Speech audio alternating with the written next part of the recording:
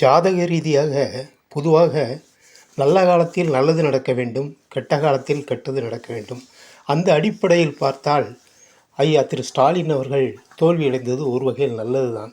அவர் கஷ்டமத்து சனி இப்போது தான் ஆரம்பித்த உடனே அதன் வேலையை காட்டிவிட்டது.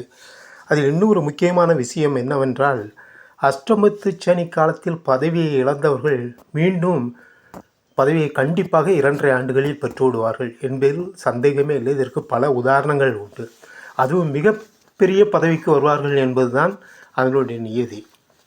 அதன் அடிப்படையில் அவர்கள் சிம்மராசி தற்போது அஷ்டமத்து சனி ஆரம்பித்திருக்கிறது, பதவி போயிட்டது. இதே போன்ற ஒரு நிகழ்வு அம்மையார் இந்திரா காந்தி அவர்களுக்கு ஏற்பட்டது. அவர்கள் மகர ராசி. அப்போ வந்த திரு மொரார்ஜி தேசாய் அவர்கள் சிம்ம ராசி. மகர ராசிக்கு அஷ்டமத்து சனி, அதாவது சிம்ம ராசியில் சனி இருக்கும்போது இந்திரா காந்தி அவர்களுக்கு பதவி பறிபோனது. அந்த 7.5 சனி காலத்தில் திரு மொரார்ஜி அவர்கள் பதவியை பெற்றார்கள். இந்த 2.5 ஆண்டு காலத்திற்கு பிறகு, அதாவது அஷ்டமத்து சனி முடியும் போது அம்மையார் இந்திரா காந்தி அவர்கள் இவர்களுக்குள் ஒருவருக்கு ஒரு சண்டை போட்டு மீண்டும் இந்திரா காந்தி அவர்கள் பிரதமரானார்கள். ஆக இது போன்ற பல உதாரணங்கள் உண்டு. அஷ்டமத்து சனி காலத்தில் தீயது நடந்தால் நல்லது என்பதுதான் உண்மை. அந்த காலத்தில் கெட்டது நடந்தால், அதாவது கெட்டது நடக்க வேண்டும். அஷ்டமத்து சனி காலத்தில் கெட்டது நடக்க வேண்டும். கெட்டது நடந்தால் நல்லது என்று அர்த்தம்.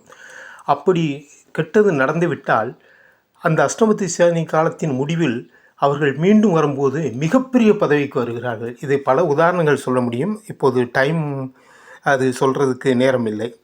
ஆகவே அதே காலத்தில் மொரார்ஜி தேசாய் அவர்கள் 7.5 சனி ஜென்மச்சனியில் பதவி பெற்றதால் கரெக்டாக அந்த 2.5 வருடம் முடிந்தவுடன் அவர் பதவி இழந்தார்.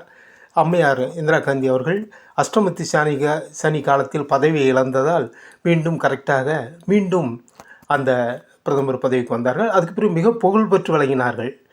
ஆகவே அஷ்டமத்து சனி காலத்தில் ஒருவருக்கு பதவி போனால் கண்டிப்பாக மீண்டும் அவர்கள் வருவார்கள். எந்த சந்தேகமும் இல்லை. இதுக்கு பல உதாரணங்கள் உண்டு. ஆகவே ஐயா திரு ஸ்டாலின் அவர்கள் மீண்டும் முதல்வரோ அல்லது அதற்கு மேல் மிகப்பெரிய பதவியோ பெறுவார்கள் என்பதில் எந்தவித மாற்று கருத்தும் கிடையாது. நன்றி, வணக்கம்.